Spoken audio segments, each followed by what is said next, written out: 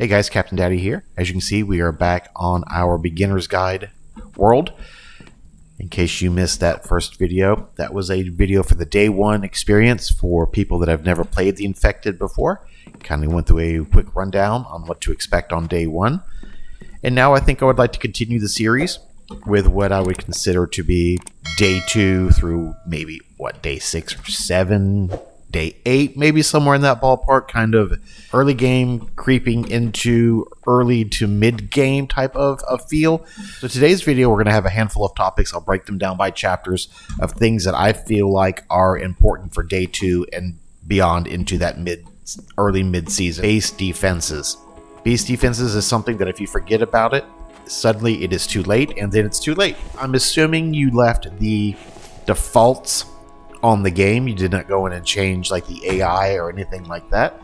And so again, for the purpose of this video, I'm not going to do a full wrap around here, but each one of these devices, each one of these spike traps has 100 HP, and as the enemies run in, they will get caught on these, and then you can take your spear, your bone spear, and you can stab them, and that will prevent them from because they will come in, they will attack you, and then they will destroy whatever items that you have not put behind. These items you can move once they are created. Unlike walls, you cannot move a wall. The only way you can change walls is if you can delete it. But these items like this, you can actually move them around. I'd have this somewhere in here, and then I would probably have these spike traps basically encompassing the entire area that I could. That's why I like to keep my footprint as small as possible in the beginning. That way you don't have to worry about having too many of these. You can also, eventually when you have copper, you can add gates. But for now, I would just have a handful. I would do something like very simple and basic. That way we have a 360-degree protection. Because these attacks, I think they can start as early as day 5, but I think they've been sooner. And for all intents and purposes, you can still get in and out. You can jump over these spike traps. These barbed wire fences, I don't typically use them, because I think they're kind of outdated. It says effective against mini boss AI. I don't think we really have these mini bosses in the game anymore, but they are a good second line of defense to keep them from. These spike traps are way more effective right now. It does allow you to come up to one of these. If you currently see in the bottom left hand corner, upgrade 20 iron fragments per trap, so that's a lot. And it takes your HP from 100 to 350, so they are much more durable. So let's take a minute and let's talk about a little bit more in detail these items down here in your character health window. Your health, obviously I'm down to 79 out of 100. There are a couple different ways of increasing your health. As of right now, I do not have any med kits, but you can, under placeable furniture, under dining room, there is a basic chair which requires 4 planks and 8 nails. So that is very accessible very, very early in the game. So obviously I'm going to place that here. I don't have to add the materials. And when you sit in this chair, you will recover HP. 82, 83, 84, and so on and so forth. Hydration levels we talked about in the last video. As far as this, I have 0 clean water on me right now, but I didn't do a catch basin or a water basin. So I am able to fill up my flask with dirty water. You can drink dirty water in a pinch. You will notice that I've gone from 100 HP down to 90. I can drink some more and get our hydration levels completely maxed out, but I took 20 HP to do that. Obviously the preferred method would be to use the clean water that I had in the campfire, but in a pinch you can use dirty water, and then you can sit in your chair for a minute and recover the HP. I heard a frog in the background. Where are you, Mr. Frog? I can see it right here. Frogs are an excellent survival item. You pick them up and you harvest them. First and foremost, your hands do not get dirty, so you don't run the risk of contaminating food. And it will give you automatically 1 piece of raw meat. You'll notice that the raw meat, it does have a spoils in 30 minutes. So raw meat expires in 30 minutes. Vegetables last a little bit longer. I think potatoes are the longest, like 12 hours or something. So as items expire, you'll get spoiled food. If we go ahead and cook our food by heating up our campfire. We can bake some potatoes, throw our food on here that will eventually start to cook through. But hunger, you do have overall hunger, and then you have a couple different macros that you need to worry about. Proteins, obviously that comes from your meats, so we should get a pretty decent amount of protein from this meat here. Your carbs, look at your melon for your carbs. 48 carbs. I can pop this thing right here that it does not give me any protein. See, substantial increase in carbohydrates. Proteins, we have some protein right here cooking, and we have a baked potato. The cooked meat, 20 proteins, 20 fat, and at the cost of 5 thirst. So you need to be careful. Make sure you have water available. Protein, I could really use some more protein. Vitamins, obviously, you can have your vitamins from some corn here. Now, as far as gathering food, you can either find it naturally in the environment around you, or you can start growing your own. I think the planters would look fantastic over here. So, planter beds are pretty simple. Once you have one completed, you can add a seed to it. We'll add a cucumber here, we'll add a melon here, and we'll add a pumpkin here. As you can see, these do not do anything without water, so they have to be watered. They will continue to grow. If they run out of water, they will stop growing. Having the plant beds outside during the growing seasons, spring, summer, and some of fall, every time it rains, it will naturally water the plant beds outside and top them off to 100%, and it will also fill up your water base. It will get cold on you, and that brings us into our next topic that I wanted to talk about today: clothing. Clothing, as of right now on day 2, it is April. You do spawn in March. In the summer, let's see if it's going to do it right now. Standing out here in the sun, oh yes, you can see in the very bottom right hand corner, our sun resistance has gone from 100 to 98 to 97. So we will start getting a little bit of sun sickness, or sunstroke, or heat stroke, whatever you want to call it. I'm going to eat this last piece of meat. Summertime, there is a set of clothes here. The very, very stylish cargo pants. As you can see, it adds 2 armor to our character, and it takes 4 heat away from us. You also have a cooling shirt, which adds 1 armor and takes 10 heat away from us, because when you look at your character, right now our body temperature is 79.6. Ambient temperature is 80 degrees. So our body temperature is looking pretty good right now. If we had a fire going, it's now up to 98.3. And our body temperature is jumping up very, very, very quickly. Once you start running a fever, your character will start complaining about overheating. You will get an alert in the lower left-hand corner that says overheating, and of course vice versa for freezing. And once you start overheating, you will need to start building clothing that will take that heat away from your body. So you have your cooling shirt and your cargo pants. You also have a sun hat. Sun resistance takes away heat, so it's a cooling hat, and it makes you obviously more resistant to the sun. I don't think our body temperature is going to go up. I was hoping I could get my body temperature high enough. Doesn't look like it's really going to go much above that. Winter clothing is next. Your snow pants, plant fibers and feathers, and your winter coat, plant fibers and feathers. These 2 items plus your boots will keep you nice and warm in the winter. If a blizzard pops up, it will be negative X amount, depending on if you're Fahrenheit or Celsius, and your body temperature will drop below the freezing threshold. Even if you're fully bundled up, there's just nothing you can do about it. You have just a regular t-shirt and a regular cap. Those items are just generic clothing, a little bit of armor, just a little bit of heat, like your spring and fall type of clothing. We also have body armor, which adds 10 armor and 2 heat, 14 armor and 4 heat.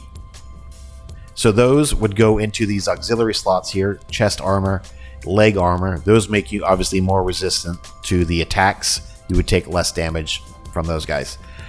And one of my favorite items in the game, especially as a content creator, is the yellow helmet. It adds 4 armor, it adds 2 heat, and it has a light on it. I'd like to talk about loot runs and tech points a little bit more in detail. I kind of glazed over those. I want to go out and do a loot run. I think I want to go do a loot run here. And the reason I'm picking this location here is because that is where the trader is. So what I'm going to do is I'm going to hop on the ATV and I'm going to meet you guys over here at the trader town. I'm going to meet you right on the outskirt and we're going to simulate a nice loot run. Before I go, I have my extra fuel can. I'm going to check my fuel tank. I have about half a tank. So this fuel tank, this gas can does take up quite a bit of room. I'm going to leave it here. I know that the ATV will make it to this town. Even if I start running low on fuel, I do drive through this POI, and I believe there is a gas can. There's a 55-gallon oil drum right in the middle of the road where I can very quickly loot it and grab it, an oil can, a gas can if I need to. And I want to save, I want to make sure I have this maximum space with me. What I've done is I've simulated what would happen. This is now day 4. I slept all the way through, and I wanted to really, really run down all of our essentials because I wanted to show kind of like a critical situation where you've neglected and you haven't really taken care of yourself.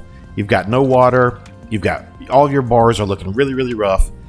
You take a drink of dirty water. You notice your stamina is only at 49 of 50. It's taken a hit. You've got no food available. What do you do? How do you address this oversight? Well, the first thing I would do is I would find the closest town right here. So I'm going to hop on the ATV. I am going to eat along the way. Anything I see on the road here, anything I see while I'm out, I'm absolutely going to pick up. My guy is very, very hungry, as you can see. So I'm going to keep an eye out for anything that looks edible. Watermelon. That's an excellent find. Most excellent find. We are low on protein, so either potato or an animal would be great. All right. So here we are pulling into the back of this POI here. There will be bad guys here. There will be Vambies here. So we need to be somewhat cognizant. Let's do some looting. I'm gonna take everything in the beginning. And then what I'll do is at the... So here's one of the things we're looking for. Another tech page. Those white pages, those unlock your technology points. Wow, that does not help me. I was hoping to find some food in there. Did not find any food in there, did I? Grills are a great place to look for food as well. So in a position like this where I am in dire straits for food, I would take and eat anything I can find along the way. I would not pick and choose. I would not save for a rainy day. Let me go back over here to this house. Obviously, kitchens are where you're going to find your food. Baked potato, see, that is a little bit of relief. A little bit of relief. I'm trying to take as much as possible so we can talk about what I feel like the different tiers of loot are. This is an interesting first aid kit right here. So this potato paste gives you resistance to the sun. Tallow is also important in the early game because you will need to make an antibiotic for Mike. As far as items on my inventory, plant fiber is absolute dog water. I would not keep that. It takes up too much inventory space. Dry bricks, I would not keep. They take up too much inventory space. Don't keep canned food. That doesn't mean you can't. I would not keep the bones. I have 4 mini. I probably would not keep this, but personal preference. Glass, I would not keep glass out of here. Too many bandages, I would not keep clay soil. These are the items probably out of this house that I would consider to have value. I'm going to come back to the ATV. I'm going to throw the items that we want to keep into the ATV, just like that. Let's see what we can find here. Wires, always take every bit of wiring you ever find. Small stones, I would absolutely not take. Feathers, I will take until I have close to, I don't know, 24, 25, somewhere in that range, because that's what I need for the winter clothing. Clay, I will never, ever take with me. It's too heavy. It's too bulky. Cooked fish, beautiful. Going to go ahead and eat that right out of here. And as you can see, when we left, we were in pretty bad shape. We had very, very low macros. We are pulling ourselves out of depths of despair just by looting items in this town. Electrical parts are by far the most elite item I can ever think of. I will take them every time without even thinking twice about it. Here is one of those 55-gallon fuel drums I was talking about that has the extra can in it.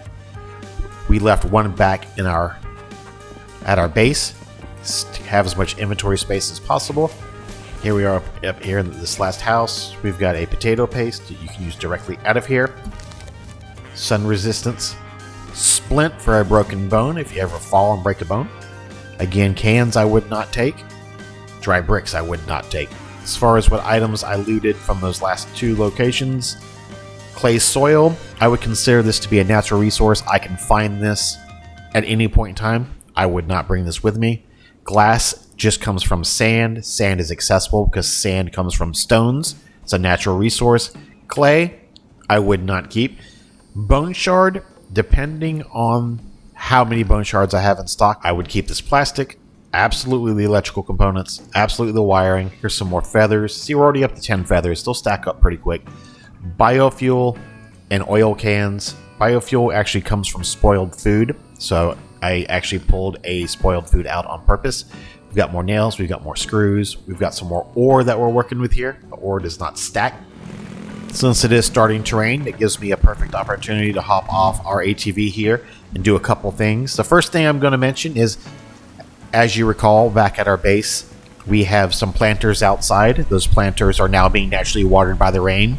So with any luck, when we get back, maybe that'll all be nice and fully matured, and that will be some guaranteed food when we get back.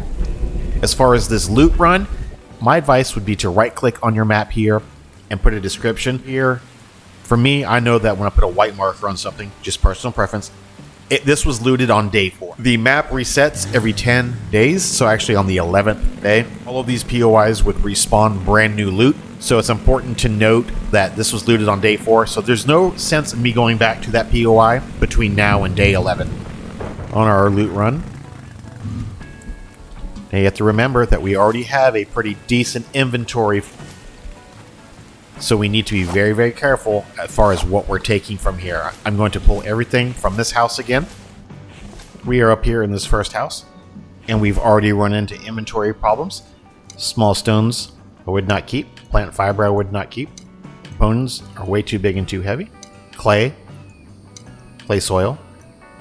Honestly, I've got 10 medicated bandages. I don't need these extra 2. I would not keep the cans. I would not keep the dry brick. All that can be manufactured yourself if you need. That were absolutely must have every single time. Wires, mechanical parts. Mechanical parts can be manufactured just from iron ingots, so it's pretty accessible, but I would absolutely take those and electrical components every time. And that will be the limiting factor of how long you can stay out on a loot run, is obviously how much inventory space you have. Remove that. There's that 55-gallon oil drum I was talking about that I was right on the road. I knew it was there. We're at 53 HP. These small medical kits restore 50 health, so that's pretty close to being exactly spot on. We found another tech page out here. More mechanical parts.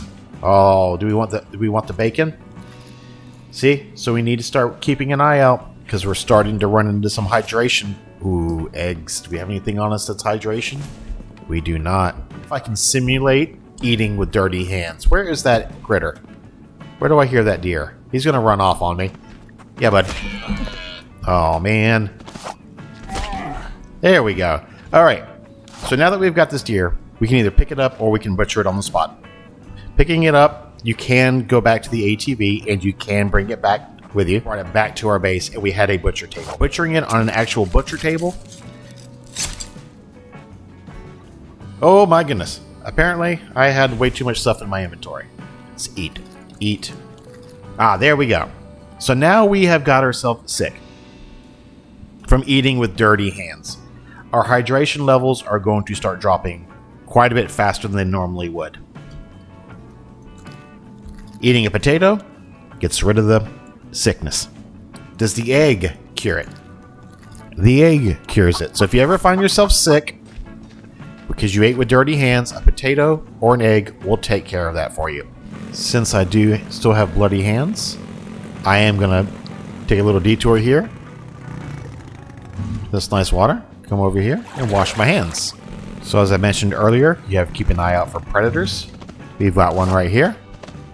This guy. He will hit you. See? He's aggressive towards you. Oh, he bit me pretty good. Where'd he bite me? Right in the arm. All right, well, we're a little low on HP.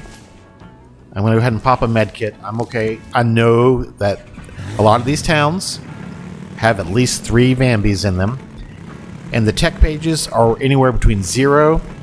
For your very, very small towns, you will find 0 tech pages. So most of the time, you're going to find 1 or 2. Anybody in here? Rope is an immediate. I never take rope. I will take the electrical. Will not take bone. I'll take probably the shards out of there. I might take screws if this is a mid-game, because screws come from... I guess I'm taking screws. As far as this meat, I'm going to take it with us. This cucumber, I'm probably going to go ahead and eat it, just because it has hydration. I'm going to take both those items, and we're just going to continue looting through this town. As we're looting through this town, you will find a building. In here, this is your trader. This is where you can buy and sell items. Selling items, and demonstration purposes, if I were to sell every single item that we've looted while we were out, we would get 69 gold for all of that, which is actually not bad.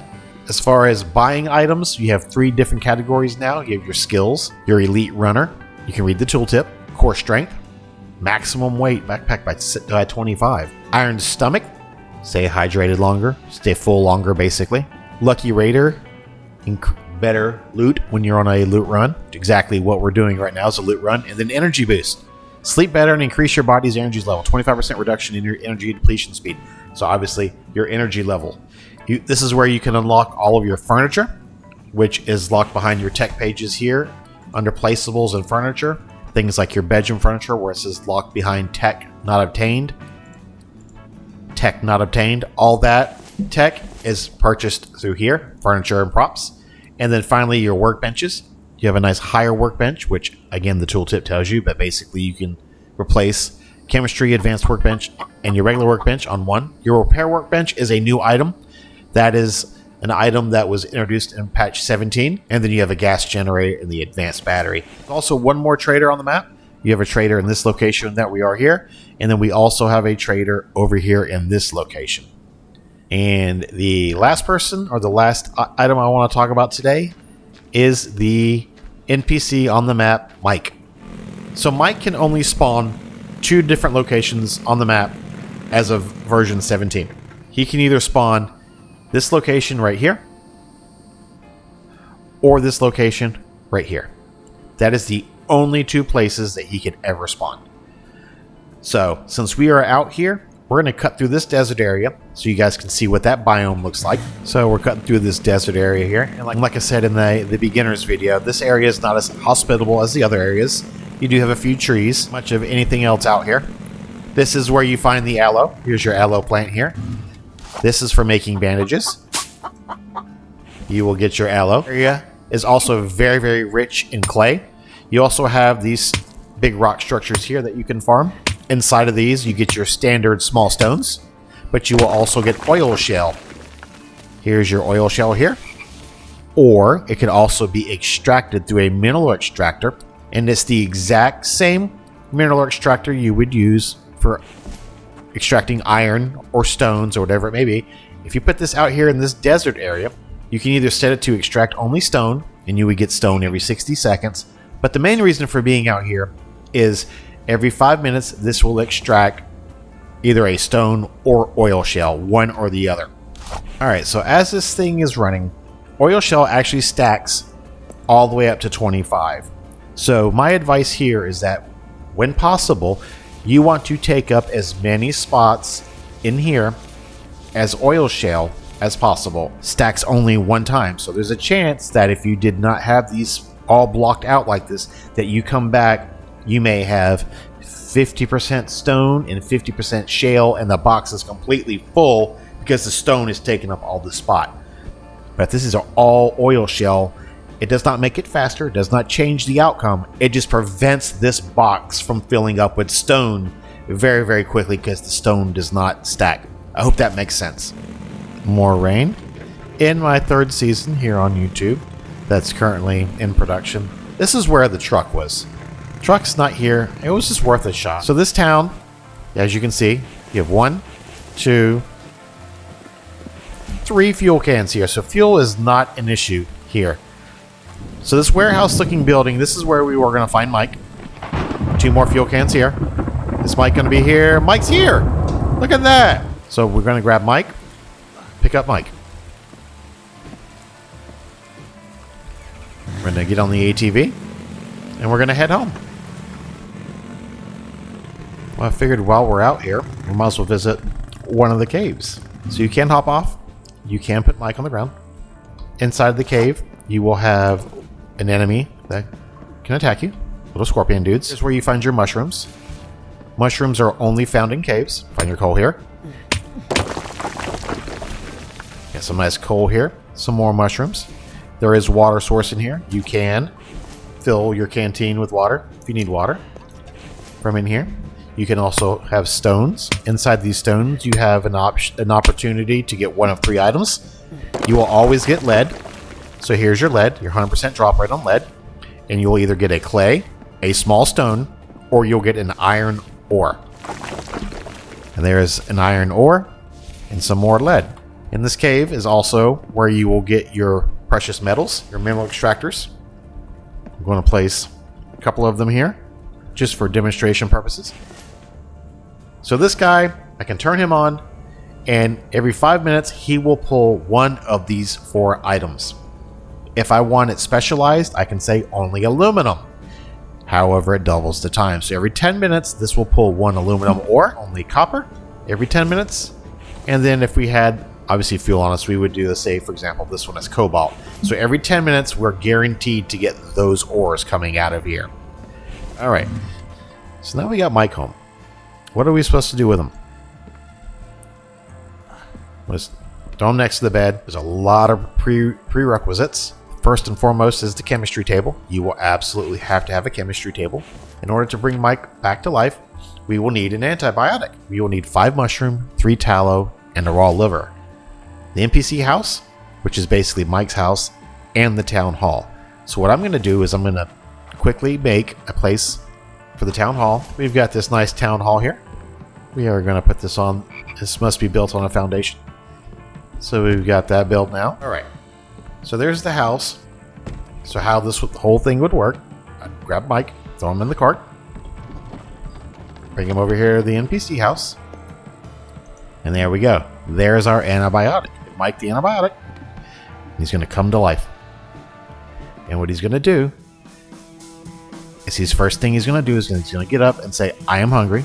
Hunger 0 to 100. He's going to run over to the NPC house and get himself something to eat. Let him get his hunger taken care of. And then he's going to start working on his list. His list is here. Preparing stuff, number 1 priority. We'll put him on plant beds. He will tend to these.